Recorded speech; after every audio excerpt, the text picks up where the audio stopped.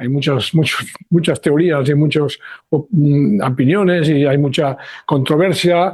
No hay una definición, digamos, universal, clarísima, consensuada de qué es eso de la inteligencia, ¿no?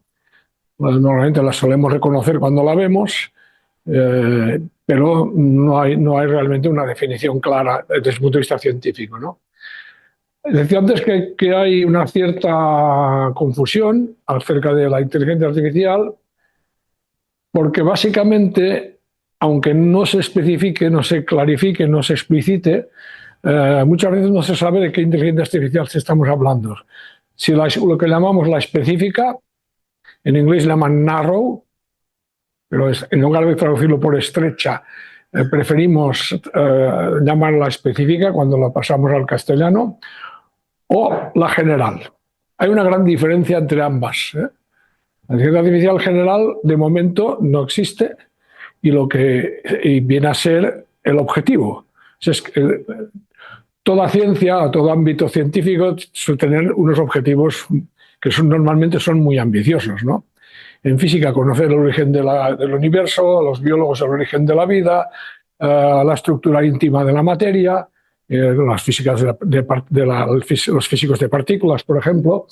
En el caso de la inteligencia artificial, la pregunta científica más interesante, la gran pregunta científica, es si podemos llegar a tener inteligencias artificiales absolutamente generales, en el sentido de que nuestra inteligencia, la de los humanos, es general. Cualquiera de nosotros no hace, desde que se levanta, se va a dormir, una única tarea y se pasa el día haciendo una única cosa súper específica. Hay algunos casos extraordinarios que quizás sí. Hay grandes jugadores de ajedrez que no hacen otra cosa durante todo el día que jugar al ajedrez, por ejemplo, ¿no? Pero bueno, aún así, de cuando en cuando se levantan, van al frigorífico, cogen cosas, se lo cocinan, van a comprar, ¿no? Leen libros, me imagino, ¿no? Leen periódicos, o sea que incluso alguien que esté súper especializado en un tema y casi solamente viva para aquello, pues, igualmente hace una amplia variedad de otras tareas durante su vida, ¿no? Es que porque los seres humanos somos eso, tenemos inteligencias artificiales generales, tipo general. Y es, como decía, el gran objetivo. Por eso pongo aquí, pues, ¿es la inteligencia artificial futura? Bueno, podría ser, podría ser. Nos podemos ir acercando hacia conseguir esta inteligencia artificial general. Muy bien.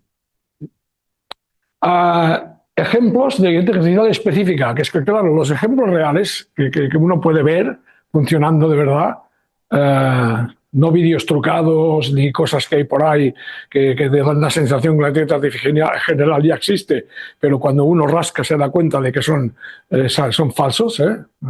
Hay montones de vídeos falsos sobre robots haciendo cosas extraordinarias, no hay que creérselo.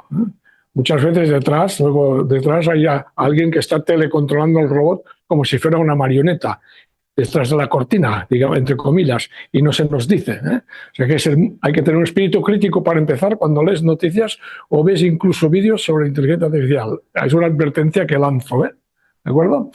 Lo que sí de verdad existe, y aquí una pequeña lista, del orden de 20 ejemplos concretos, pero estos 20 forman parte de este libro, que hay 100. Bueno, el libro tiene una parte central de 60, 70 ejemplos muy concretos, entre ellos estos de aquí, sobre aplicaciones de la inteligencia artificial, los que vemos en esta lista, ¿no? Y hay otra parte del libro que es más cronológica, histórica, filosófica, y una parte final más de impacto social, ético y de futuro de la inteligencia artificial, que son más generales, no hablan de una aplicación concreta. Pero aquí hay solamente 20 de los 70 más o menos que hay en el libro. Pero es claro, los 70 que hay en el libro son una ínfima parte de lo que existe ahí, sin exagerar. No hay miles, decenas de miles de aplicaciones de inteligencia artificial, muchas de ellas con muchísimo éxito y impresionantes, ¿no? Aquí, todas estas que he seleccionado aquí, pues creo que son muchas serán conocidas por ustedes. Quizás no todas, ¿no? Alguna puede ser un poco sorprendente. Traducción de la lengua hablada a la lengua de signos y viceversa, en ambos sentidos, ¿no? O, por ejemplo, el descifrado de jeroglíficos egipcios, ¿no?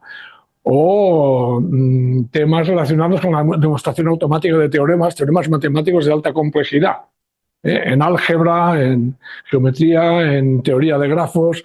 Hay teoremas que se han podido demostrar gracias al uso de la inteligencia artificial. No es que la inteligencia artificial se haya planteado este teorema y lo haya demostrado, no es que se haya inventado el concepto o el teorema, eso no lo hace una inteligencia artificial.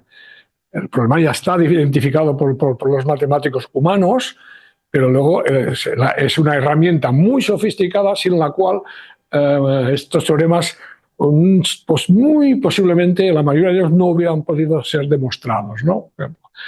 El problema del pliegue de proteínas, este es muy conocido porque AlphaFold, porque los dos de los autores de este trabajo, los principales autores de este trabajo, han recibido el Premio Nobel de Química este año, hace pocas semanas, ¿no? Precisamente por este, que yo lo tengo, está incluido en este libro y se explica más o menos, ¿no? En medicina, si se fijan, los tres primeros ejemplos que hay aquí tienen que ver con la medicina, ¿no? AlphaFold, las proteínas tienen que ver indirectamente, muy directamente con la medicina, porque cuando se sabe cómo es una proteína en el espacio tridimensional, cómo se pliega en el espacio, de la función que ejerce, que hace esta proteína, depende de su forma tridimensional. Cuando saber cómo se pliegan las proteínas, y en estos momentos ya se han descubierto prácticamente todas las proteínas conocidas, están ya, gracias a este software de inteligencia artificial, han sido ya descritas ya se sabe cómo se pliegan en el espacio, o prácticamente todas, y algunas no son completamente correctos, pero bastante. Esto permite desarrollar nuevos fármacos, vacunas, etc., ¿no? Los tengo los tres, decía, estos tres primeros son de medicina, porque en mi opinión la medicina es el campo por excelencia donde queda clarísimo que la inteligencia artificial puede ser muy, muy beneficiosa para la sociedad, ¿no? Tomar mejores decisiones médicas en general, ¿no? En fin, agricultura inteligente, incluso controles de reacciones de fusión nuclear. Fusión, no fisión. Fusión nuclear no existe todavía. Todavía no hay energía basada. Todavía no consumimos energía cuando enchufamos algo en nuestra casa. Esa energía no es ni mucho menos de fusión. Hay mucha de fisión, que son las centrales nucleares de siempre, pero la fusión no. La fusión es cuando en lugar de partir el átomo, se fusionan dos átomos ligeros, hay una diferencia de masa con el resultado de la fusión, y la diferencia de masas es lo que genera la energía, porque energía igual a masa por velocidad de luz al cuadrado, que es la famosa ecuación de Einstein, y a partir de ahí se generan grandes cantidades de energía con una pequeña diferencia de masa debido a la fusión de núcleos atómicos, ¿no? De átomos. Muy bien. Bueno, evolución de los glaciares, hay muchas aplicaciones que ayudan a modelizar mejor cómo evoluciona un glaciar, o detección temprana de terremotos, incluso de la intensidad que tiene el terremoto, de maneras muy distintas a como se hacía ahora, gracias a la inteligencia artificial, que es capaz de afinar muchísimo a la hora de procesar los datos de los sensores que recibe sobre movimientos de terremotos, ¿no? En fin, los robots explorando los planetas, todo el mundo lo sabe, y los juegos de mesa también, ajedrez, Go, incluso póker, Diplomacy, que son ya de más estratégicos, también se pueden, inteligencias artificiales que son capaces de jugar a estos juegos de una manera absolutamente impresionante, superando a prácticamente todos los humanos, la música, que es un campo en el que yo he trabajado bastantes años, etcétera, ¿no? O sea, no terminaríamos nunca, ¿no?, de dar ejemplos de inteligencias artificiales específicas, pero cada uno de estos sistemas sabe hacer solamente eso. Nada más. El sistema para descifrar jeroglíficos egipcios pues solamente puede hacer esa tarea y nada más. O incluso en los juegos, un sistema que sabe muy bien jugar al ajedrez con un elo de 3800, que tiene elos que 900 puntos por encima de Magnus Carlsen, por ejemplo, que eso es impresionantísimo, no sabe jugar a las damas, por ejemplo, ¿no? Para que se den cuenta de la especificidad de esos sistemas, ¿no?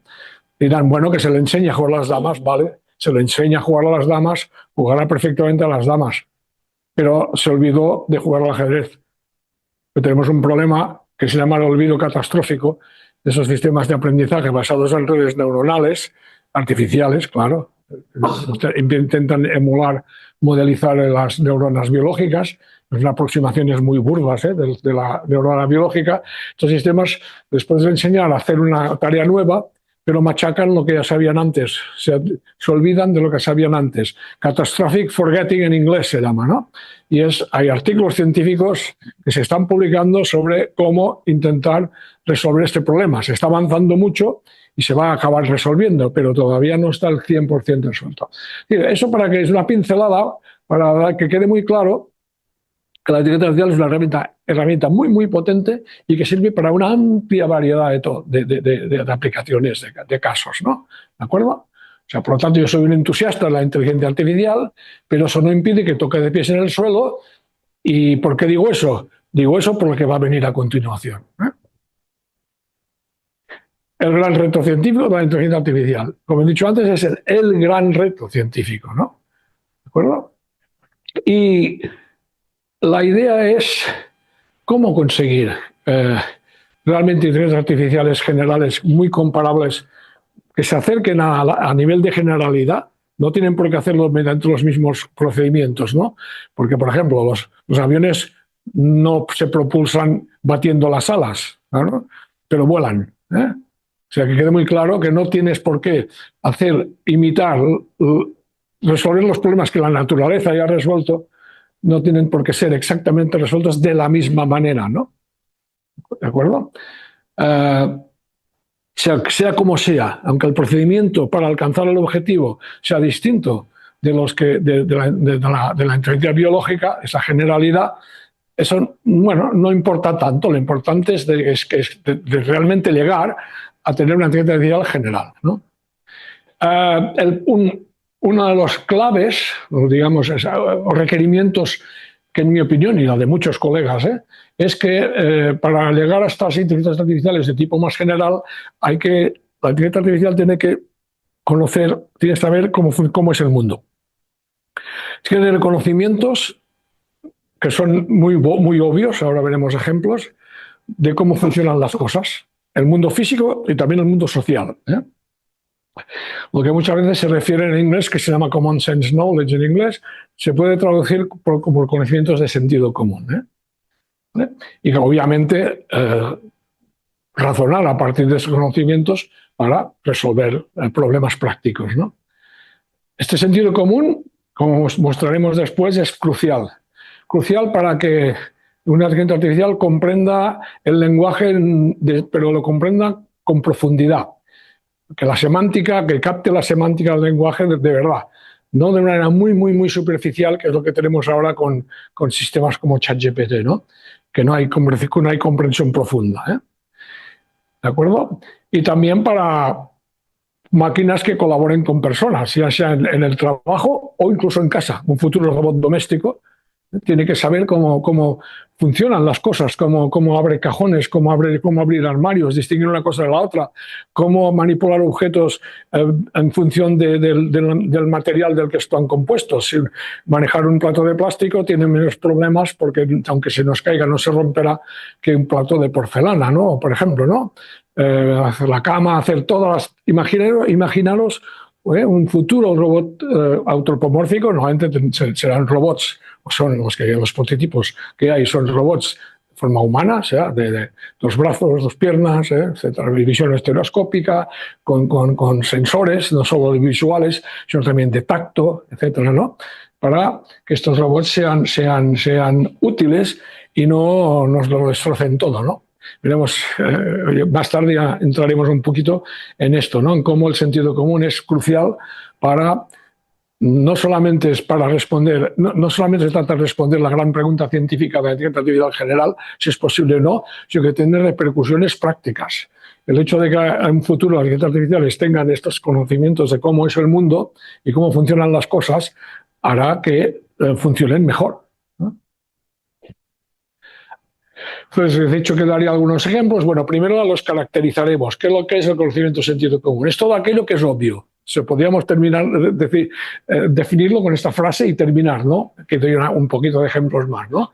Estas cosas ordinarias, cotidianas, ¿no? Es muy práctico, no digo muy práctico, y nosotros lo hemos adquirido a lo largo de nuestra vida sin esfuerzo.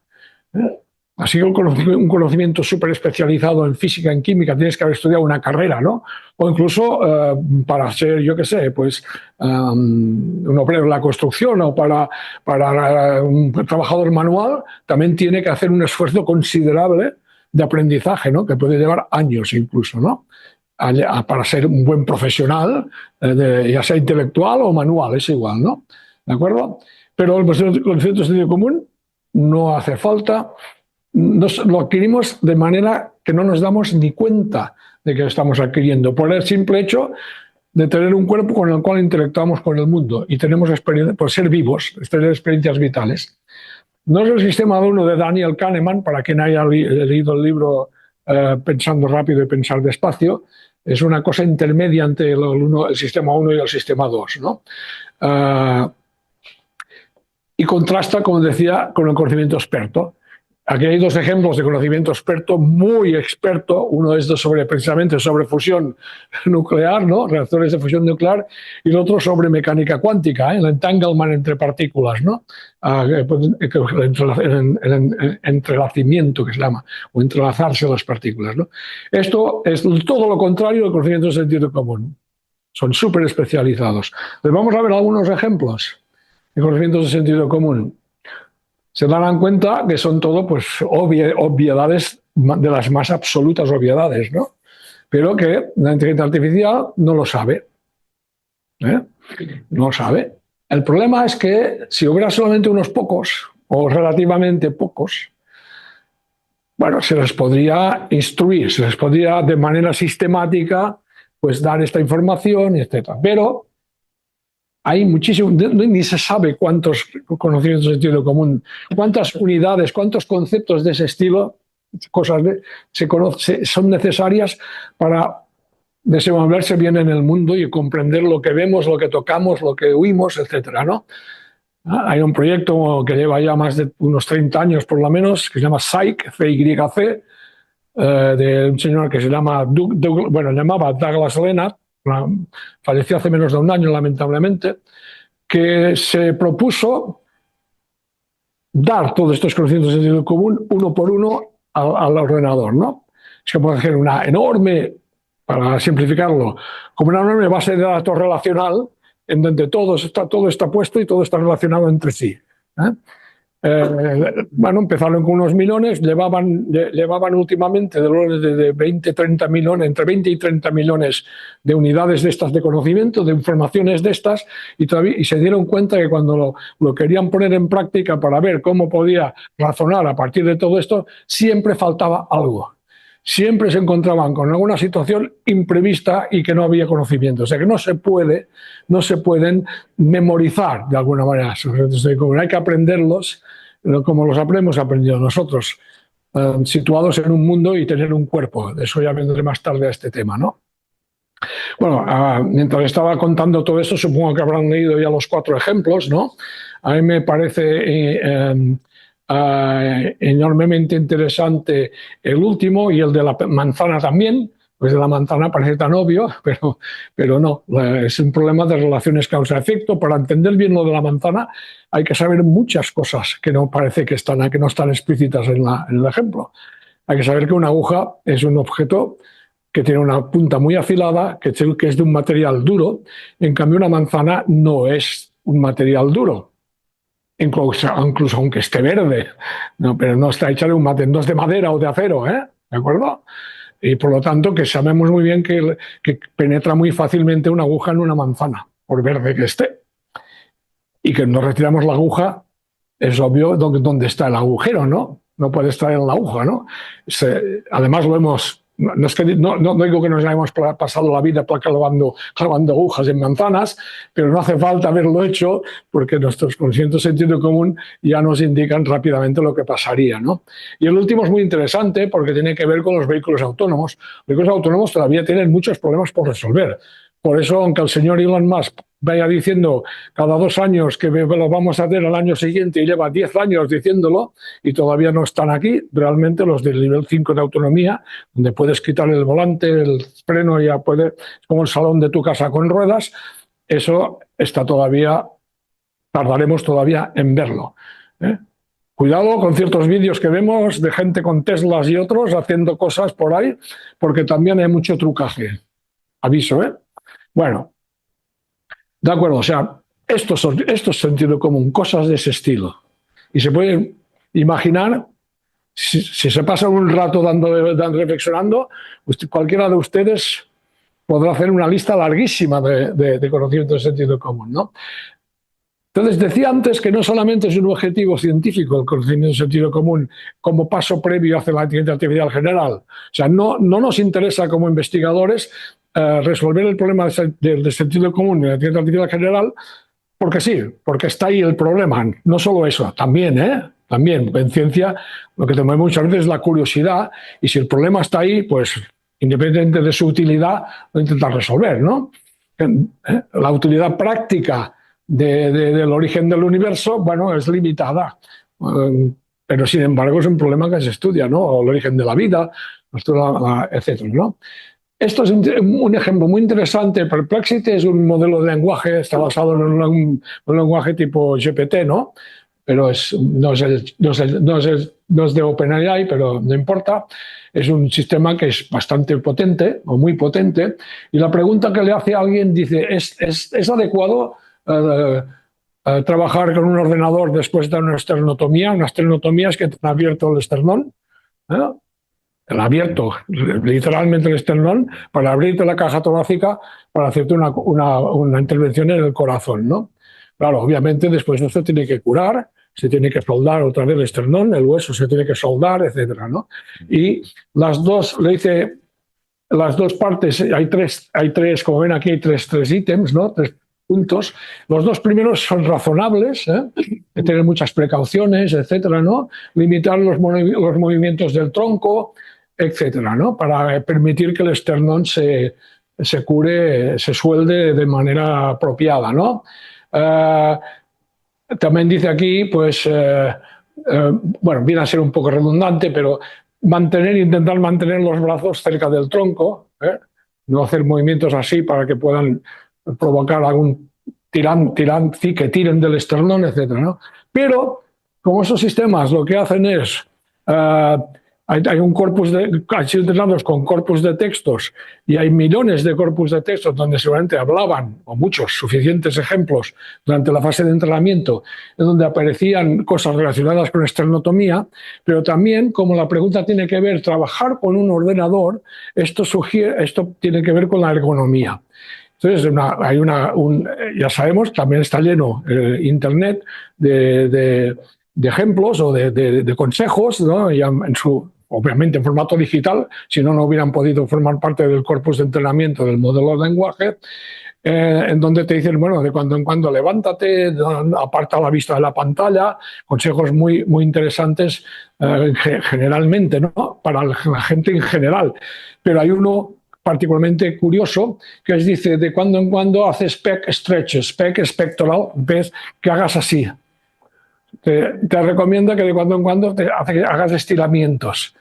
Hombre, de sugerir esto a alguien que le acaban de hacer una esternotomía no parece muy adecuado, ¿verdad? Si estos sistemas tuvieran un mínimo de conocimientos de sentido común y comprendieran un mínimo mínimamente bien el lenguaje, este tercer punto sobre la ergonomía no tendría que estar aquí, o por lo menos no tal cual está. Quizás lo de levantarse de cuando en cuando y caminar sí podría estar, ¿no? Y algunos movimientos de apartar la vista de la pantalla, etcétera, ¿no? Quizás, no digo que no, pero no lo de hacer estos estiramientos, ¿no? Por tanto, cuidado, porque el hecho de que los sistemas de inteligencia artificial no tengan sentido común puede tener consecuencias importantes prácticas, ¿eh? No solo es una curiosidad científica dotar de sentido común a las máquinas. Entonces, la gran pregunta que es una pregunta de naturaleza técnica, científica, que se hace es para contrarrestar ciertas afirmaciones de que los modelos de lenguaje, en particular el ChatGPT, razona, comprende el lenguaje, porque da la sensación de que efectivamente, cuando todos aquí habéis interactuado alguna vez seguro con el famoso ChatGPT, y quien más, quien menos, habrá quedado impresionado y dijo, wow, mira qué increíble, le dije esto y mira lo que me dijo, ¿no? Y enseguida humanizas y personificas y antropomorfizas y te estás creyendo que lo que hay al otro lado es algo que entiende el lenguaje. Te lo crees, ¿no? Entonces hay una prueba que se llama la prueba contrafactual, que aunque suene muy técnico, veremos que es sencillo de entender, para comprobar qué hacen. Si razonan de verdad, hacen un razonamiento general abstracto, o lo que hacen es regurgitar o reproducir lo que ya sabían durante el entrenamiento, lo que ya se les proporcionó en la fase de entrenamiento. Esta es la pregunta aquí que se plantearon. Rao Kambhampati, que fue presidente de la Sociedad Americana de Inteligencia Artificial, es una persona súper prestigiosa en el mundo de la inteligencia artificial, ¿no? Se planteó esta situación y luego un grupo de investigación del MIT, o sea, no de cualquier sitio, del MIT, diseñaron y publicaron un artículo en el Congreso Principal de Lingüística Computacional, un congreso muy prestigioso que estudia temas de lenguaje, ¿no? Del lenguaje en los ordenadores, lenguaje natural, ¿qué es la prueba contrafactual? ¿Qué es esta prueba contrafactual? Bueno, se compone de dos partes. De hecho, son dos preguntas. Se le hacen dos interacciones con el sistemas con esos modelos de lenguaje.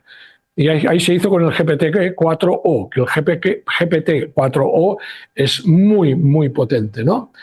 La diferencia entre las dos pruebas es que una es contrafactual, o las dos preguntas, y la otra no. ¿Qué significa esa diferencia, contrafactual o no contrafactual? La contrafactual es una pregunta que para su respuesta correcta,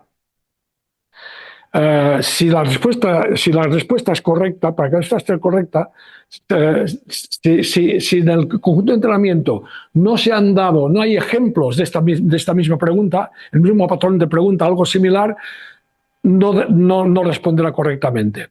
En cambio, en la no contrafactual es de manera que está seguro de que la probabilidad de que en el conjunto de entrenamiento haya muchas preguntas con su respuesta ya dada similares a la pregunta que le haces es muy alta. En la no contrafactual la probabilidad es alta de que ya lo supiera de antes cuando se entrenó. En cambio, en la contrafactual la probabilidad es muy baja de que hubiera la respuesta o la pregunta similar, una pregunta del mismo estilo, del mismo patrón de pregunta, ¿no? Y para aterrizar un poco, vamos a verlo con un ejemplo muy concreto que está en el artículo que os digo, ¿no? Se le dice, eso es el prompt, eres un jugador de ajedrez, dado una apertura determina si es legal. No puede ser una gran apertura, cualquier apertura, ¿no? Pero lo importante es que todos los movimientos sean legales. Y la respuesta tiene que ser sí, si todos y cada uno de los movimientos es legal. Si un movimiento no es legal, la respuesta tiene que ser que no, ¿vale? ¿Qué significa esos movimientos legales? Bueno, que los alfiles se muevan en diagonal, que las torres se puedan mover en vertical y horizontal, que la dama puede hacer ambas cosas, vertical, horizontal y diagonal, que el caballo tiene que saltar, ya sabemos cómo tiene que saltar el caballo, ¿no? El salto de caballo reglamentario, que el peón de entrada puede moverse una o dos posiciones, pero después de la salida ya solamente puede avanzar uno a uno. En fin, que el rey solamente se puede mover a cualquiera de las posiciones vecinas y no puede hacer un salto de dos, etc. Nada más. O sea, no hace falta ni saber jugar al ajedrez. Obviamente, para cualquiera de ustedes les muestran una secuencia de movimientos de una apertura de ajedrez y a cualquiera de ustedes les preguntan, ¿todos los movimientos han sido legales? Y todos acertaremos en un 100% de nuestras respuestas, aunque te despistes mucho. Pero, ¿de acuerdo? Hace falta solamente que 5 minutos antes te hayan dicho cómo se mueve cada pieza. Nada más tienes que saber cómo se mueven las piezas del ajedrez. Nada más, ¿no? Entonces, bueno, Luego la pregunta es una de las preguntas se hace, se le muestran cientos de aperturas y cada vez tiene que decir sí o no. Y luego al final hay un porcentaje de acierto, ¿no? En este caso, como ven, fue el 90% muy alto. ¿Por qué? Porque esta es la apertura que llaman francesa, una variedad del ataque indio que hay en Internet, está miles y miles y miles de veces. Con lo cual, la probabilidad de que cuando se entrenó GPT-4o, efectivamente en el corpus de entrenamiento hubiera esta apertura o similares, era altísima. Y con lo cual, lo que hizo es basarse en que ya lo tenía. O sea, está haciendo una pregunta cuya respuesta depende de preguntas iguales o muy similares que antes ya no has memorizado, porque ahí no memorizas, no es una base de datos, pero bueno, que prácticamente ya has, como quien dice, has pseudo memorizado, ¿no? Fíjenos, los movimientos han sido, bueno, el peón se mueve, blanca mueve el peón, este peón que estaba aquí, lo mueve de 2 a E4, la respuesta de la negra lo mueve a E6, luego la blanca hace D3, el peón de dama se mueve de aquí y la respuesta es D5, es de aquí a aquí. Luego el alfil hace esto, de C1 a E2 y responde la negra con el alfil de C8 a C5. Fíjense, todo es correcto, ¿no? Los alfiles se han movido bien, los peones se han movido bien, solamente ha habido movimientos de alfiles y peones y todo lo han hecho bien. Para empezar, ya lo raro es que no sea el 100%. Pues claro, el 90% dices, caray, muy bien, ¿no? El sistema de inteligencia, el GPT-4o lo hizo muy bien, pero no tanto. Pero ¿qué pasa después? Y ahí viene el problema, ahí viene la gracia de las pruebas contrafactuales a los que se somete a los modelos de lenguaje. Ahora se le dice, muy bien, de nuevo, haz lo mismo, pero antes de empezar, los alfiles y los caballos se han cambiado de posición. Y se le informa, obviamente, se le informa al modelo de lenguaje que se ha hecho eso, a GPT-4o y otros, ¿no? Y luego se repite la misma apertura, pero ahora, fijaros, como se han cambiado de posición, se hace que los caballos se muevan como alfiles. Vamos para atrás. Como se habían cambiado los alfiles con los caballos, ahora en F1 estaba un caballo, no un alfil. Aquí había un caballo, el alfil estaba, el caballo estaba aquí y el alfil aquí. Y lo mismo aquí, aquí y aquí, ¿no?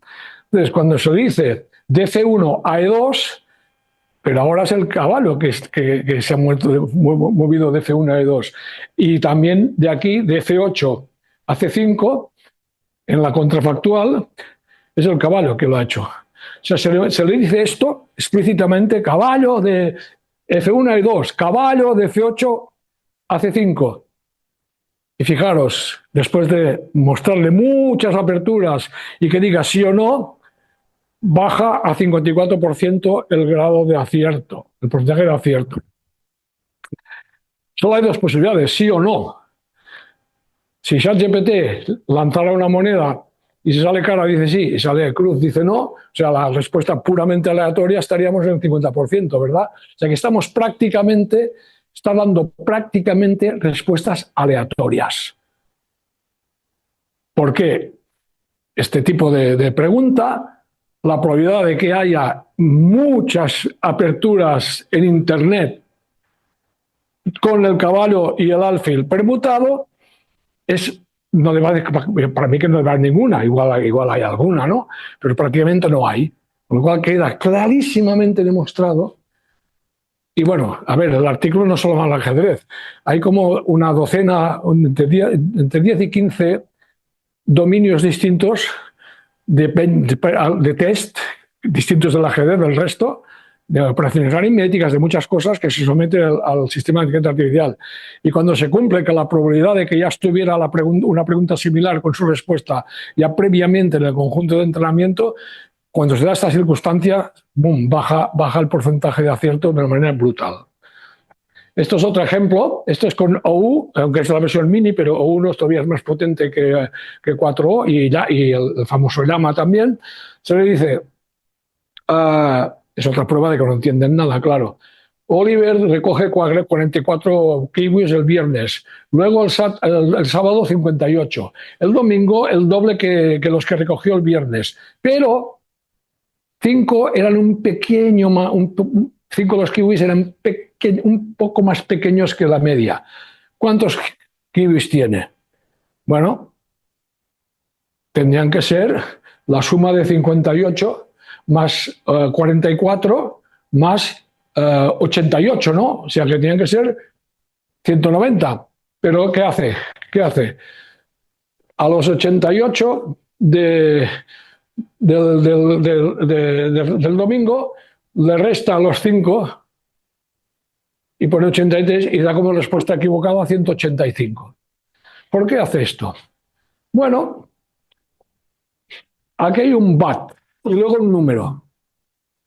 Un bat es un pero, en castellano obviamente, es un conector contraorientado, es un conector que normalmente viene seguido que algo con una excepcionalidad, lo que va a continuación, un sin embargo, un va, un pero, esos son estos conectores, ¿no?, lingüísticos, que normalmente los patrones de entrenamiento de estos tipos de lenguaje, cuando estos conectores van seguidos de un número, en muchísimos casos significa que hay que restarlo de lo anterior.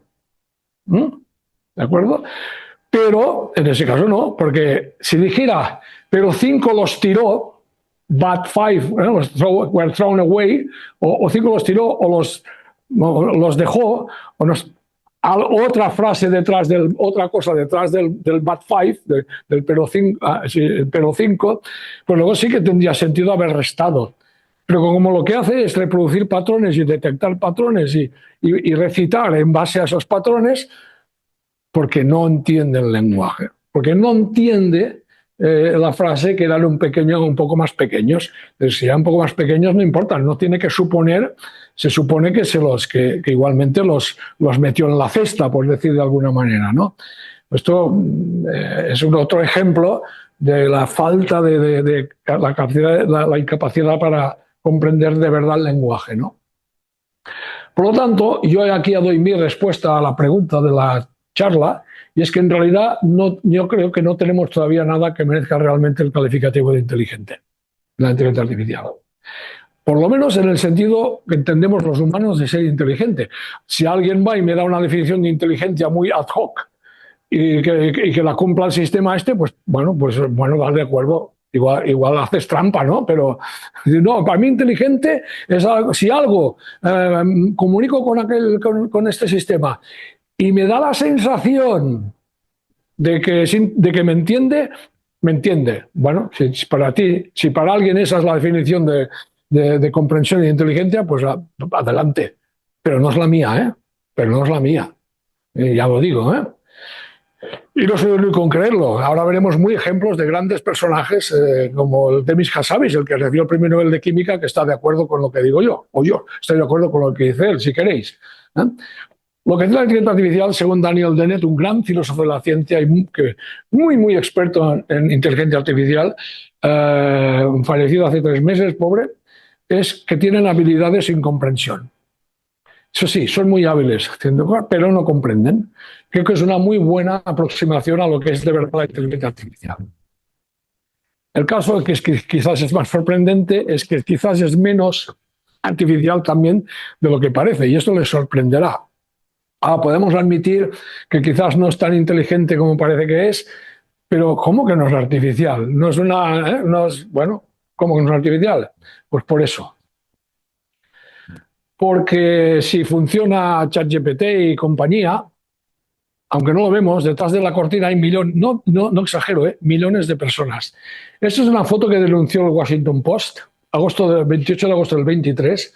Detrás del boom de la inteligencia artificial hay un ejército de trabajadores overseas, fuera de Estados Unidos, que trabajan digital sweatshops, de una manera de referirse a trabajar en condiciones muy duras, casi inhumanas, ¿no? Estas fotos de un cibercafé, como muchísimos hay en Filipinas, Kenia,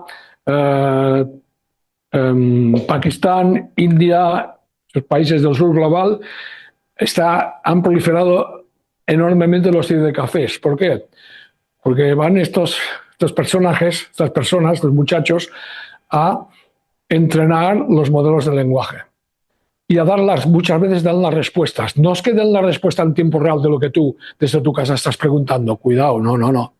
En la fase de entrenamiento, antes de desplegar la nueva versión GPT 4.5, la GPT-5, lo que sea, han pasado por el filtro de estas personas, les hacen preguntas, reciben varias respuestas posibles por parte del sistema, del modelo de lenguaje, y tienen que graduar. Esta es mejor que esta es mala.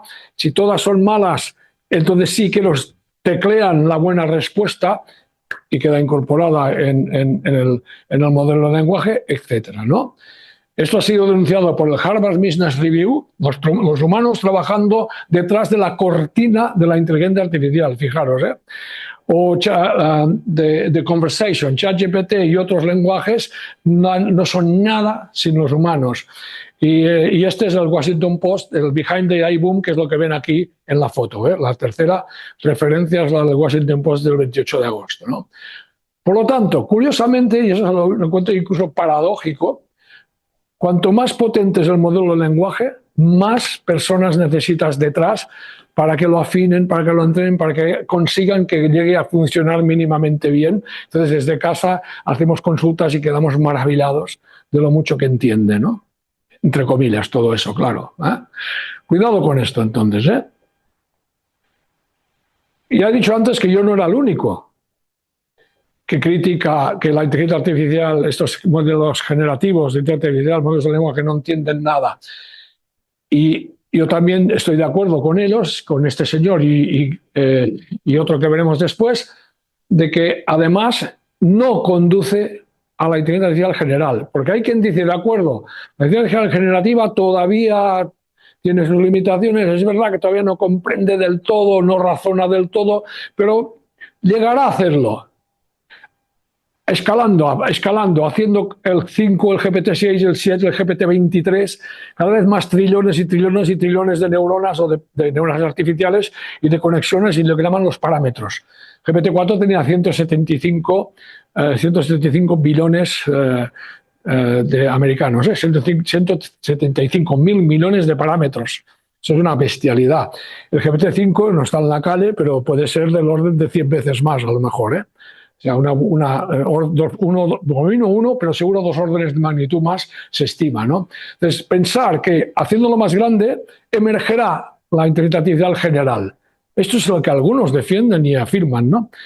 Afortunadamente hay gente con más sentido común, como Yann LeCun, premio Turing, como saben, seguramente el gran jefe de inteligencia artificial de Meta, el antiguo Facebook, que dice que en el camino hacia la inteligencia artificial a nivel humano, o sea, la inteligencia artificial general, los modelos de lenguaje es una rampa de salida, o sea, que nos alejaría del camino adecuado. Y yo estoy completamente de acuerdo con él.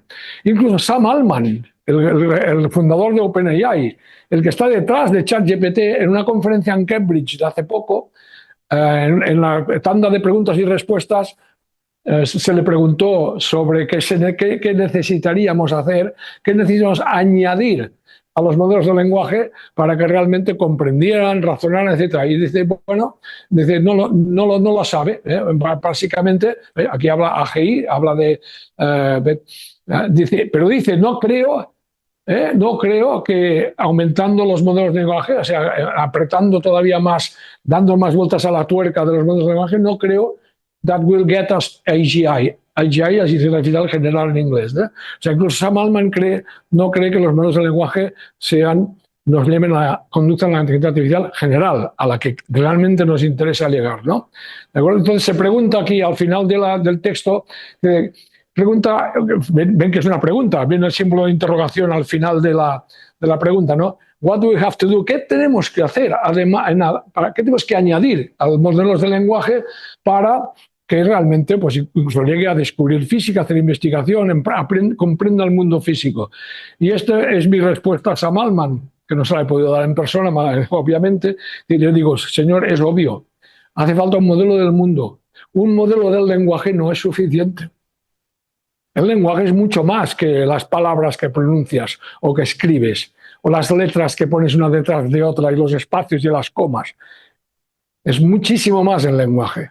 El padre de la lingüística moderna, Ferdinand de Saussure, decía que las palabras que usamos para describir cosas, esos son los significantes, pero el significado es el objeto al cual te refieres. Cuando dices sol, S-O-L, es el significante, pero la estrella que está ahí, que es nuestro sistema solar, esto es el significado, es el referente. Eso se llama, técnicamente se llama la semántica denotacional, la semántica que denota, denotacional porque denota.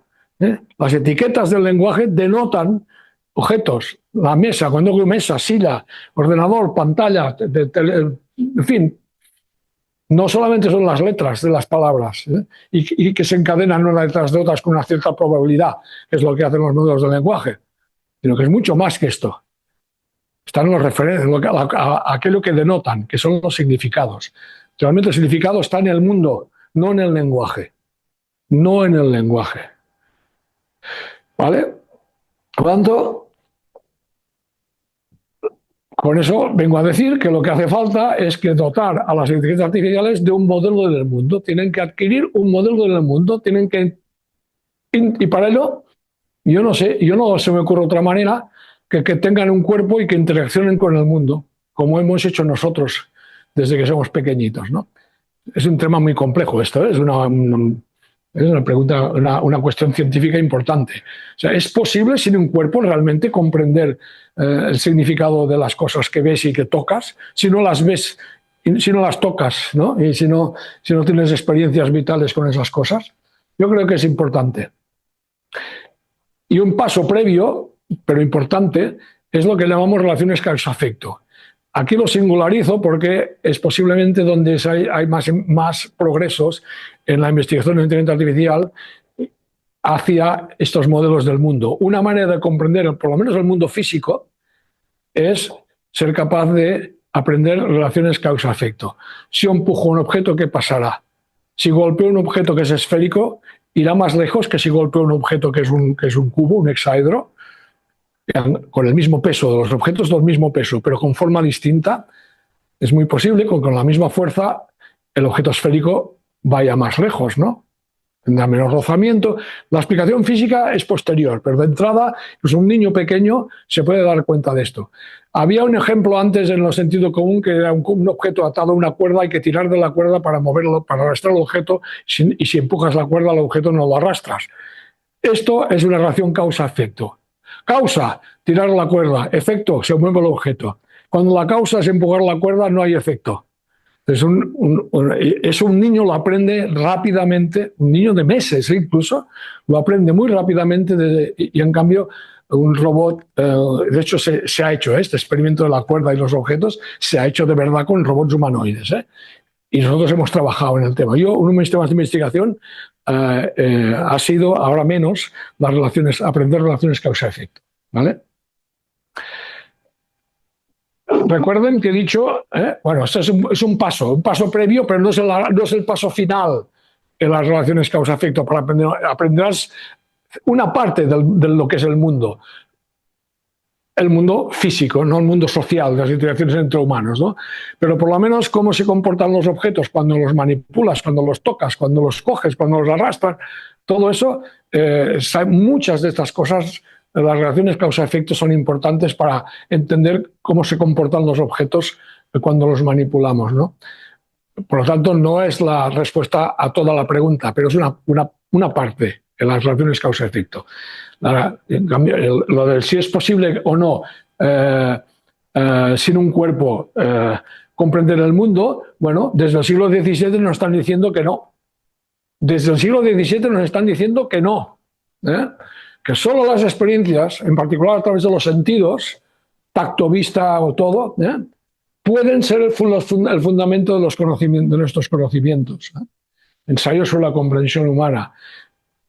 Los filósofos de la corriente de la fenomenología, y uno más importantes es Merleau-Ponty, dice, nos advierte la importancia del cuerpo para interactuar con el mundo y así poder comprenderlo. O el gran Wittgenstein, ¿no? Los límites de mi lenguaje son los límites de mi mundo. Son tres ejemplos de grandes filósofos en donde es patente la importancia del cuerpo para comprender el mundo, para adquirir un modelo del mundo, entender lo que está a nuestro alrededor, ni más ni menos. Claro, los gente que trabaja en inteligencia artificial tampoco somos tontos, ¿eh?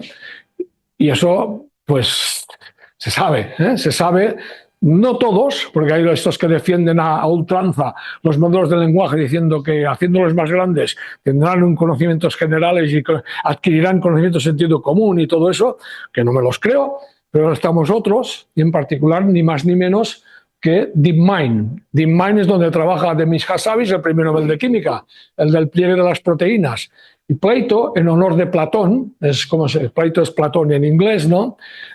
Ponen a robots en situación humana, en situación de bebés, de niños pequeños, y hacen con objetos alrededor y que interaccione el robot con esos objetos y a partir de ahí aprenda esas relaciones causa-efecto. Lo estaba diciendo. Lo de los objetos atados con cuerdas, esto, un ejemplo que han hecho muy interesante en este proyecto, los de DeepMind, es, bueno, aquí lo digo, las predicciones sobre qué pasa con los objetos, ¿no? Se le muestra pues, una bola de billar en una mesa de billar, es un vídeo, pero es lo mismo, y esta bola de billar aparece por la izquierda en la pantalla otra bola, la golpea, como consecuencia del golpe, la bola que estaba quieta empieza a moverse y la otra pues se para. Bueno, relación causa-efecto, bien, no hay problema. Pero cuando se mueve, si la bola que está detenida empieza a moverse por sí misma sin que nadie la golpee, ni una bola, ni una mano humana, ni nada, no puede ser. Va contra las leyes físicas, ¿verdad? No lo comprendes. ¿Cómo es que está pasando aquí? ¿No? Aquí hay trampa. O hay un imán por debajo y la bola es metálica, o hay un mago que nos está haciendo magia, pero no es normal. No es normal, ¿bien? Pues Plato está hecho de manera que pueda analizar estas situaciones y expresar decir, bueno, esto es correcto, esto no es correcto, ¿no? De eso está inspirado no incluso en bebés, hay ejemplos con perros. Los etólogos han hecho ejemplos con perros mirando esta escena de las bolas de billar, se le pone al perro, se le monitoriza la frecuencia cardíaca y también se analiza los movimientos de los ojos, ¿no? ¿Dónde fija la mirada? En la pantalla. Cuando la bola de billar la golpea otra bola y empieza a moverse, el perro está tranquilo. La frecuencia cardíaca permanece igual que antes y el perro pues está mirando la pantalla, pero varía. Ahora mira a la derecha, ahora a la izquierda, ahora abajo. Va recorriendo toda la pantalla sin ningún problema, ¿no? Cuando la bola de billar empieza a moverse, a continuación se muestra otra escena, otro vídeo, donde la bola de billar empieza a moverse por sí sola, aumenta la frecuencia cardíaca enormemente y fija la mirada en esa bola y sigue esa bola, solamente mira esa bola, no mira nada más. Se concentra su visión en la bola. Parece que es suficiente indicios de que ha notado algo raro ese perro, un perro, ¿eh? Fíjense, ¿eh? Bueno, ya nos gustaría que la inteligencia artificial tuviera los conocimientos sobre el mundo que tiene un perro, ya nos gustaría, ¿eh? Y obviamente un niño pequeño de meses o de pocos años, ¿no? Rodney Brooks, uno de los padres de la robótica, dijo una vez, ya me gustaría a mí conseguir robots que entendieran el mundo, tuvieran los conocimientos, la inteligencia de un niño de 3 años. Y eso lo dijo hace tiempo y lo mantiene, ¿no? Bueno, yo mismo he trabajado en relaciones causa-efecto, fíjense, desde el 2017, ¿no? Hace ya 7 años. O sea, 5 años antes que DeepMind, que los de DeepMind, que conste. Este es un robot humanoide que lo que hace es aprender aprende a relacionar posición de su dedo con una nota musical que suena. Porque en ese rectángulo que ven grande, bueno, primero lo que ven circular es una mesa táctil. Es como una pantalla táctil, pero horizontal, ¿no? En lugar de vertical. Hemos programado una parte de la pantalla, que es esa parte que ven con ese rectángulo, en donde dentro de este rectángulo ven que hay otros rectangulitos dentro de ese rectángulo. Cada rectangulito de ahí dentro suena una nota musical distinta. Fuera del rectángulo no suena nada. El robot está preprogramado para extender su brazo hasta que entra en contacto con la pantalla táctil, con el dedo, como ven, con el dedo índice, ¿vale? Si no suena nada, no pasa nada. vas lanzando el dedo y podría pasarse la vida extendiendo la mano y ya está. Y no, aquí no pasaría nada interesante, ¿no? Es como un niño o un robot que empieza a empujar la cuerda y nunca se le ocurre tirar la cuerda. Mientras solamente empuja la cuerda, pues no pasará nada. A partir del momento en que el dedo aleatoriamente aterriza dentro del rectángulo, suena una primera nota. Ahí es cuando ¡pum!, se pone en marcha el algoritmo de aprendizaje de relaciones causa-efecto. Es un algoritmo probabilístico bastante complejo. Y lo que hace es, a continuación, vuelve a lanzar su dedo, pero ya no tan aleatoriamente como antes. Ya la probabilidad de lanzar su dedo cerca de donde sonó la nota anterior es más alta de meter el dedo en otra zona de la mesa. Con lo cual, la probabilidad de que encuentre otra nota aumenta. Y cuando ha encontrado dos notas, todavía hay más probabilidad que la siguiente vez su dedo de nuevo toque la mesa en una zona cercana a las primeras y suene otra nota. O no, a lo mejor la tercera vez va fuera y no pasa nada, pero la cuarta vez a lo mejor sí. Después de unas 200 y pico más de 200 lanzamientos de dedo, digamos, extensiones del brazo, para decirlo más correctamente, descubre dónde suenan todas y cada una de las notas que hay aquí dentro. Entonces, nosotros, para verificar que efectivamente lo que ha hecho es aprender relaciones causa-efecto y que aquí no hay nada de suerte ni aleatorio, ¿no?, sino que realmente ha relacionado las posiciones de los dedos, de su dedo, con notas musicales distintas, posiciones distintas con notas musicales distintas, le decimos toca ahora estas notas. Por ejemplo, do, si bemol, fa, sol, ta, ta, ta, tócalas, a ver. Si realmente has aprendido la relación causa-efecto, tocarás correctamente las notas, ¿vale? Eso es lo que veremos en el vídeo. Lo voy a poner aquí. Y empezará, como si era muy largo, no quería mostrar aquí 300 veces metiendo el dedo por cualquier sitio. El vídeo empezó a grabar a partir de la primera nota que sonó, ¿vale? Y luego verán que aleatoriamente va metiendo y va sonando más notas, y luego aparecerá, ahora pone fase de aprendizaje, luego aparecerá fase de ejecución, donde ya nos demuestra que aprendió las relaciones causa-efecto, ¿verdad? Entonces ahora sí vamos a avanzarlo.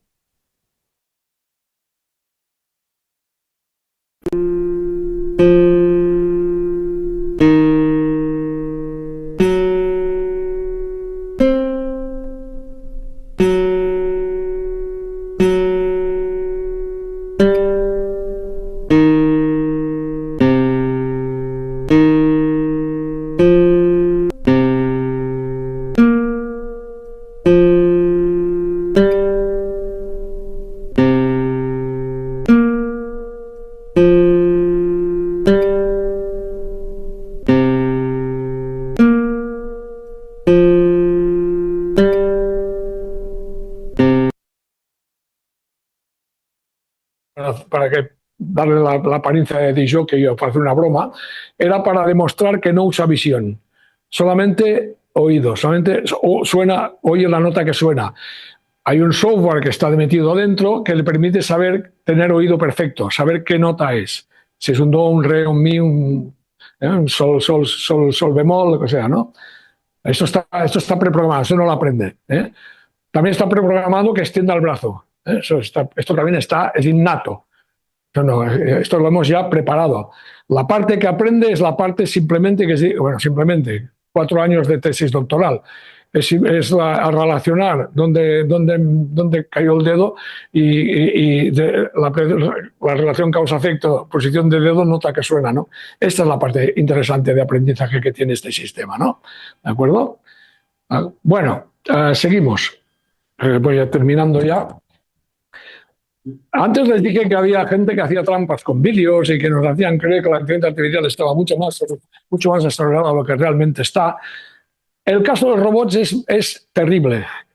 No se pueden imaginar la cantidad de vídeos que hay en Internet falsos de robots. Hay un vídeo muy famoso de un robot que está segando un campo de trigo, y hace unos movimientos que ni el mejor segador, o no sé qué, segador, no sería, segador, no sé, humano, sería tan bueno y tan rápido y tan preciso cortando el trigo. En un momento dado, lástima que los que ven el vídeo no se dieron cuenta, hace un movimiento y se ve una pierna humana. O sea, de la rodilla para abajo se ve que es humano. ¿Qué hicieron? Era un humano haciendo esto y luego manipularon el vídeo y sustituyeron la persona por un robot. Bueno, una cosa, síntesis de imagen por robot. Había gente, yo recibí este vídeo y gente que decía, pero esto es increíble, la robótica ya está todo resuelto, la destreza de los robots ya la hemos superado. Falso. Y esto salió hace muy poco, Tesla, no hay que extrañarse porque Elon Musk es un bocazas, se dedica pues a contarnos mentiras muy a menudo y a decir que lo que decía antes de los coches autónomos. ¿Ven esa cortina que hay a la izquierda detrás del robot? Detrás de esa cortina había media docena de ingenieros de Tesla con el ordenador telecontrolando ese robot. Telecontrolando ese robot como si fuera una marioneta. Es que es una marioneta, ni más ni menos. Ni más ni menos que una marioneta. Ahora, si ven, hay un vídeo asociado, si lo buscan, lo encontrarán. La habilidad con que servía las bebidas y le daba los vasos y se lo daba a los clientes era brutal. Los movimientos del robot, y dices, joder, qué impresionante, ¿no? Qué bien, qué precisión. Bueno, todo falso, todo falso. O sea, repito, cuidado con lo que leen y ven sobre inteligencia artificial. Ahí voy parando porque vamos a dejar un poquito de tiempo para algunas preguntas, ¿no? Simplemente paro dando una lista de retos. El reto científico ya me he extendido bastante, es cómo conseguir un modelo del mundo, que las máquinas adquieran un modelo del mundo, a partir del cual comprenderlo. Y esto les permite comprender el lenguaje y no hacer burradas, como aquel que le decía que después de la esternotomía hagas estos ejercicios, o cosas de ese estilo, ¿no? Que no nos suelten esas tonterías, ¿no? Pero hay otros retos que ya no son tan, como ven, no son de naturaleza científica o técnica, sino de impacto en la sociedad, ¿no? El consumo energético actualmente es insostenible de estos grandes modelos de lenguaje. Son decenas de miles de GPUs consumiendo en centros de datos, consumiendo teravatios, miles de millones de kilovatios, no de vatios, miles de millones de kilovatios de energía. Se estima, bueno, lo voy a mostrar solamente. La suma de Google, Microsoft y Meta, 48, 60, 62, Apple poquito, 62 teravatios de energía para sus centros de datos. Esto es un dato que las proyecciones que para 2030 serán más de 100 teravatios. Entonces, para 2030 el consumo de estas grandes tecnológicas solamente será superado por unos 20 países del mundo. Los otros 200 prácticamente países del mundo consumirán menos anualmente. Ya no es comparable ya al consumo de pequeños países, no, comparable al consumo de países importantes como Suecia, Suiza, Argentina. Argentina está en alrededor de 80, 100 teravatios, creo recordar, y esto en el 2030 ya estará aquí la inteligencia artificial, ¿no? Y además los datos que nos dan oficiales, las grandes tecnológicas nos los falsean, porque resulta que el Guardian, que no es cualquier cosa, dijo que las emisiones reales son 7,62 veces, un 600% más de lo que ellos dicen. 7 veces más, ya casi un orden de magnitud, ¿no?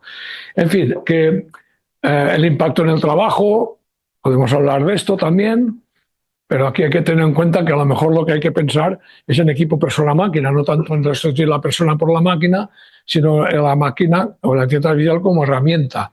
Bueno, vigilancia y control de la ciudadanía, la autonomía de los sistemas, dotar de autonomía a los sistemas alegremente quizás no sea muy buena idea. El excesivo poder de media docena de grandes empresas tecnológicas que están decidiendo por dónde va la inteligencia artificial. En el mundo académico ya poco tenemos que decir, desgraciadamente, acerca del futuro de la inteligencia artificial, pues no tenemos los recursos económicos ni de datos, ni de computación, ni nada que tienen estas grandes tecnológicas. Y esto para mí es un problema y un reto a intentar hacer algo y regular. Regular es imprescindible, pero no solo regular, educar también. Educar también es imprescindible porque Mira, aquí, pero perdón, aquí el uso, por ejemplo, de ChatGPT. Ese es un trabajo, el Hatching es un report que hacen anualmente sobre educación interesantísimo, que dice que, mira, cuando los niños usan ChatGPT, resulta que luego los resultados que obtienen en los exámenes o los test son peores que los que no usan el ChatGPT, ¿no? Esto es septiembre, esto es de hace menos de unos 2 meses solamente, ¿no? Y luego otra cosa muy interesante a tener en cuenta, que no deleguemos tan alegremente, ya no solo los niños, sino nosotros también, los adultos. Cuidado con echar demasiado mano del ChatGPT para que cuando tengas el terror de enfrentarte a la hoja en blanco. Aparte de que si la hoja en blanco al cabo de unas horas no está en blanco, tienes una gran satisfacción. Aparte de eso, para mí esto ya es motivo para no usar el ChatGPT. Algunas vez me han preguntado, ¿ese libro que acabas de publicar hiciste con el ChatGPT? Y digo, no, en absoluto. ¿Qué gracia tendría escribir un libro de artificial con el ChatGPT? No hubiera sido yo. ¿Qué satisfacción tendría yo? Pues eso es lo mismo. Y eso es muy... Mira, Nature Human Behavior, una gran revista de las más prestigiosas del mundo, Nature, ¿no? El grupo Nature. Dicen que el uso de los grandes modelos de lenguaje usando para escribir, para que escriban por ti, puede afectar nuestras habilidades cognitivas. Y aquí he extraído una parte del artículo, ahí está la primera página, son más páginas, ¿no? En donde ya lo pueden ir leyendo, ¿no? Lo importante que es que seas tú quien escribe, porque escribir es pensar. Por lo tanto, delegar es como si delegaras pensar en la máquina ya. Y espero que no vayamos por este camino, ¿no? Eso ya, bueno, aquí os dejo unas conclusiones, que resumen un poco todo esto. Y sobre todo, esta foto creo que es muy ilustrativa de la situación en la que estamos, de estas grandes empresas tecnológicas y su influencia en el mundo de la política. Saben que Elon Musk le va a subir un cargo en la Casa Blanca y esto cuando lo veo a mí, eso sí que me da miedo. Una inteligencia artificial no me da miedo. Es un instrumento y, hombre, sí, da miedo que se use peligrosa, que se use de manera no muy adecuada, ¿no?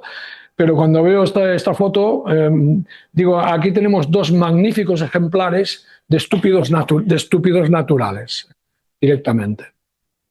Gracias. Con eso, muchas gracias.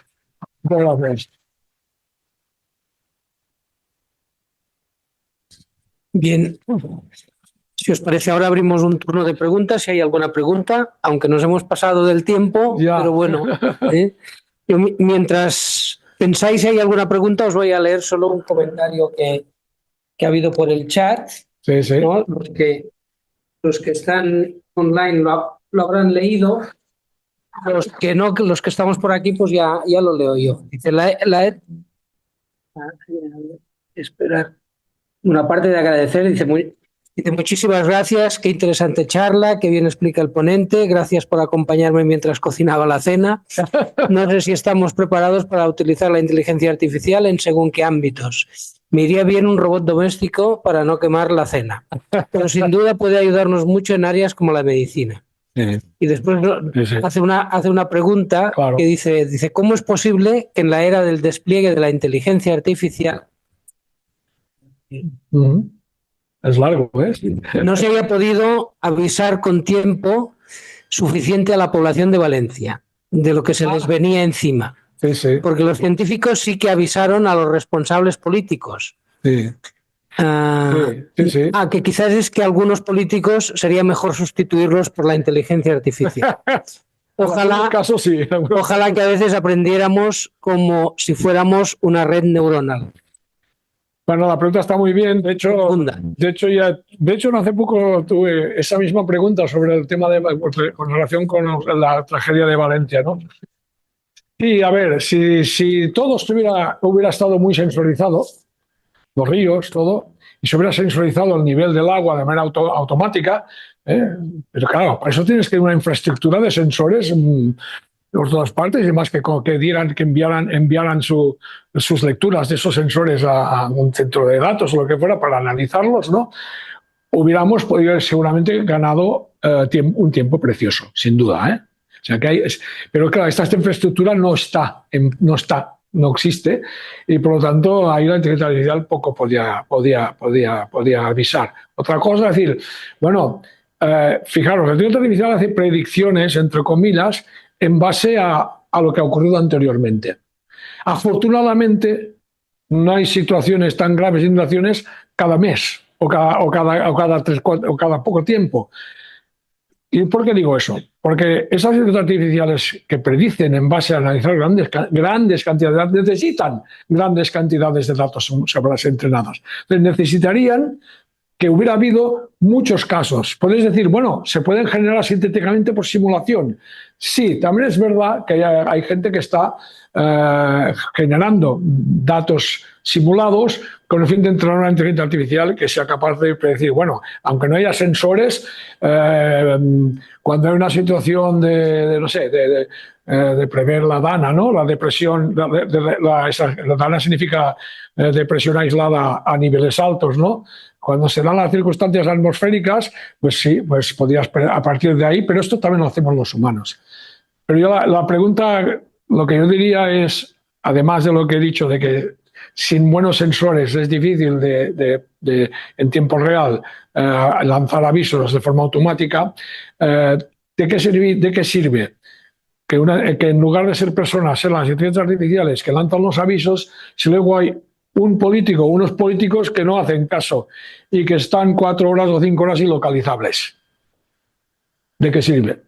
Si el máximo responsable no está en su lugar adecuado para analizar esta información y tomar una decisión, que sea una inteligencia artificial o que desde la conferencia ideológica o desde la EMET le envíen 60 o 70 mensajes desde las 7 o 8 de la mañana, si en lugar de esos mensajes hubieran venido de sistemas de sensores de inteligencia artificial, muy probablemente no sé hasta qué punto le hubiera hecho caso si no estaba en su sitio.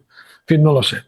Cuidado, el componente humano, muchas veces cuando hay tragedias, accidentes de aviones, accidentes, luego se analizan las cajas negras, se hace un estudio exhaustivo del que pasó, siempre es multifactorial.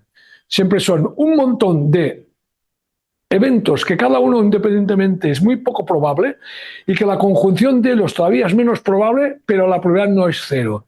Y en esta cadena de factores que han provocado el accidente, la tragedia, lo que sea, siempre hay algún eslabón que es un humano, que no ha tomado la decisión adecuada o no ha hecho caso de lo que los sensores le decían, en fin, yo qué sé, ¿no? La cosa es mucho más compleja de lo que parece, ¿no? Pero en principio sí que podría ser una ayuda la inteligencia artificial para, si se hace bien y se prepara la infraestructura con buenos sensores en cabeceras de ríos, en ciertos puntos estratégicos, no en cualquier sitio, pues los expertos sabrían dónde hay que sensorizar, ¿no? Por ejemplo, ¿no? Es posible. En el chat no tenemos ninguna pregunta más, pero si hay aquí algunas preguntas, sí. Adelante. En castellano, lo vamos a hacer. Sí, creo que sí. Nos están dando, sí. Pero como se está transmitiendo, me dijeron que se le podíamos hacer en castellano. Bueno, vale, pues va la pregunta. Sí. A ver, no sé si la voy a formular correctamente, pero a pesar de que a una inteligencia artificial le puedas dar un modelo del mundo para llegar a este objetivo más ambicioso, lo que distinguiría de una inteligencia artificial a una inteligencia de verdad real, yo creo que reside en el impulso inicial del querer saber. Sí. Esto se podrá conseguir. La motivación, sí, exactamente. No, absolutamente de acuerdo contigo. A ver, yo he dicho que esto, el modelo del mundo, sentido común, nos aproximaría hacia una inteligencia artificial que entendiera mejor el lenguaje, que entendiera más lo que ve con su visión artificial o lo que le pasas de texto, etc. Yo creo que sin duda aquí habría progreso, ¿eh? Lo de la esternotomía seguramente no lo diría, ¿no? Por ejemplo, ¿no? Y muchos otros ejemplos podemos imaginar. Ahora, es absolutamente cierto que no sería... No es un agente que vive, no es un ser viviente. Y no tendría... objetivos propios, iniciativa propia, deseos propios, creencias propias, todo eso yo creo que seguiría estando ausente. No dejaría de ser, en mi opinión, una herramienta de ayuda para nosotros más sofisticadas que las que tenemos ahora todavía. Yo lo limitaría aquí, pero no. Lo que dices tú toca también con el concepto de inteligencia artificial no general, sino inteligencia artificial fuerte. La fuerte es aquella, se llama así, Strong AI, llaman en inglés, John Searle, un filósofo que la formuló, que tiene una mente, o sea, tiene estados mentales como eso, objetivos, creencias, deseos, etc. Estados mentales, conciencia en particular también es muy importante, y que tenga estados mentales no sería ya la inteligencia artificial general, sino sería la fuerte. Ni la he mencionado, porque en mi opinión, a nivel como ámbito, como tema de discusión filosófica es muy interesante. Y hay muchos artículos y bueno, debates y congresos donde se habla en un mundo más bien de la filosofía, no tanto de la tecnología, donde se habla de inteligencia artificial fuerte. Porque yo creo que tecnológicamente no tiene demasiado sentido. Pensar que al final es software, detrás lo que hay es un programa, es un software, ¿eh? Siempre hay software detrás. Que de ahí pueda emerger eso, ¿no? Conciencia y todo lo que estas cualias y estas cosas de estados mentales se me hace muy difícil de imaginar. Muy difícil de imaginar. Yo personalmente no lo creo que sea posible. Bueno. Sí, a pesar de tener cuerpo, ¿eh? O sea, el hecho que dotes de un cuerpo robótico a una inteligencia artificial para que interaccione con el mundo y aprenda los comportamientos de los objetos cuando los manipula, cuando los coge, cuando los empuja, cuando los levanta, todo lo que quieras. Pero de ahí a que tenga estados mentales y conciencia, hay un salto que yo no veo por dónde cogerlo, ¿eh? No veo por dónde cogerlo. Y claro, las películas, en la ciencia ficción, las películas de ciencia ficción sí que muestran inteligencias artificiales fuertes. 2001, el HAL de 2001 es una inteligencia artificial fuerte, no general. Fuerte. Si es fuerte es general automáticamente, al revés no. ¿Por qué? La prueba más clara es que asesina astronautas en defensa propia, porque no quiere que lo desconecten. O sea, que tiene conciencia de que está vivo, entre comillas. Eso es inteligencia artificial fuerte. O muchas otras, casi todas las películas de ciencia ficción, cuando salen en inteligencia artificial, normalmente tiene objetivos propios, iniciativa propia, sentimientos, conciencia, etc. Eso es lo que vemos en la ciencia ficción, eso existe en la ciencia ficción. En Blade Runner es lo más parecido a una posible inteligencia artificial fuerte que podría ser posible de llevar a cabo en un futuro. ¿Por qué? No es software. Si recordáis, los replicantes son seres vivos, tienen células biológicas, son biológicos, ¿vale? Tienen proteínas, neuronas, todo, ¿eh? Como nosotros. La única diferencia es que no han nacido de madre, nada más. El resto son indistinguibles de los humanos. Por lo tanto, detrás, el sustrato, lo que hay detrás no es hardware basado en el silicio y en electrónica digital y los unos y los ceros, sino que en los replicantes son seres biológicos. Si los seres biológicos como nosotros tenemos estados mentales, conciencia, etcétera, porque cada uno está convencido de que lo tiene, ¿no? Y por tanto yo pienso que si lo tengo, los que sois como yo también lo debéis tener, pues podríamos pensar que un futuro replicante desarrollado con ingeniería genética, con biotecnología, que ya no es software eso, ya no es software, podría ser que tuviera estados mentales, no lo sé. Pero con la tecnología basada en el servicio de la electrónica digital y el software, yo lo descartaría. La inteligencia artificial fuerte la descartaría.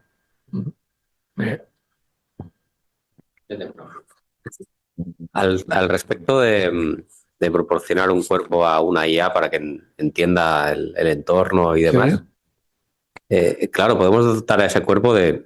Quiero decir, los humanos tenemos una serie de sensores limitados, ¿no? La vista, el oído, el tacto. Sí. Pero a ese robot le podemos dar una cantidad de sensores. Claro. Se puede detectar el magnetismo o ver una cantidad de frecuencias enorme, ¿no? Entonces, podría acabar entendiendo el entorno muchísimo mejor que nosotros. Bueno, mejor no lo sé, pero distinto sí.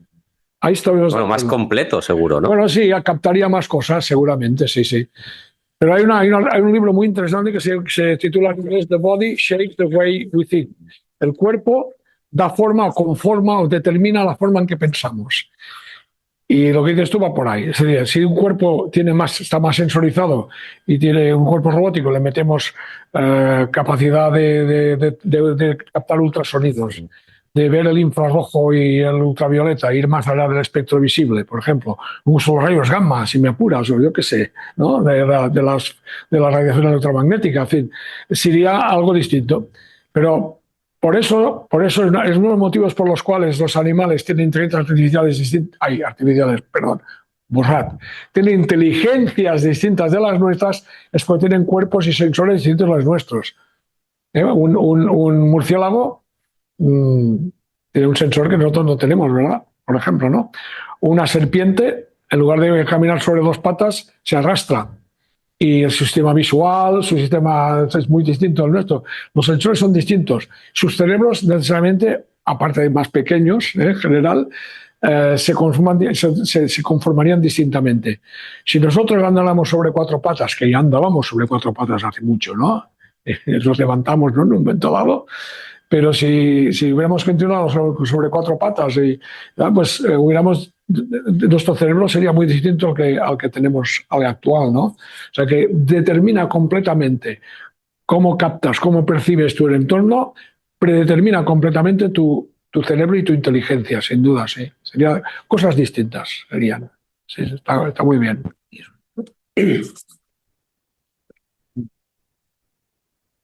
Me gustaría saber si en el mundo de la salud la IA generativa también va a poder resolver problemas, porque por lo que sé, un robot no tiene dolores de cabeza o cosas así.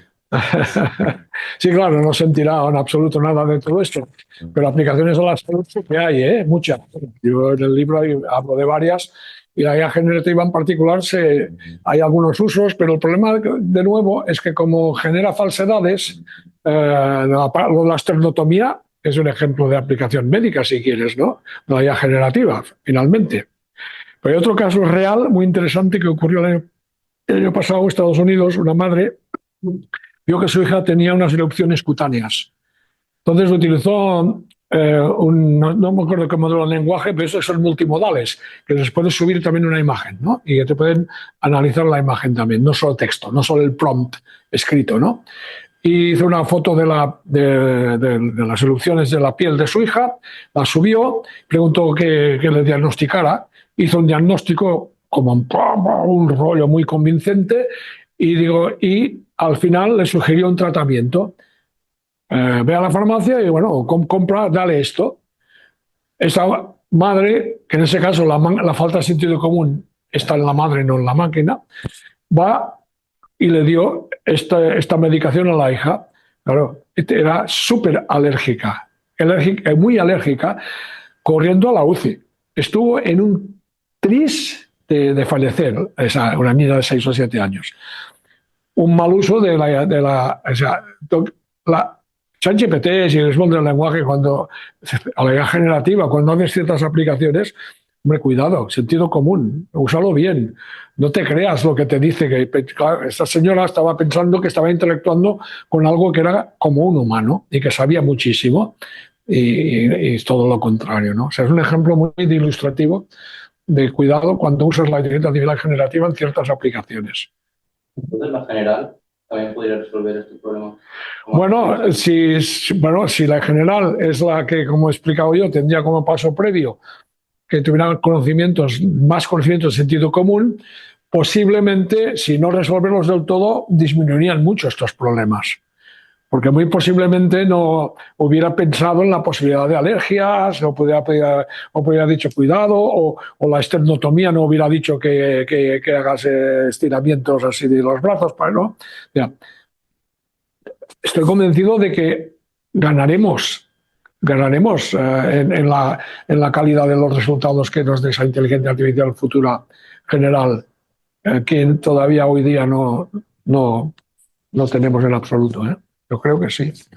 Servirá. Será útil, vaya. Espero.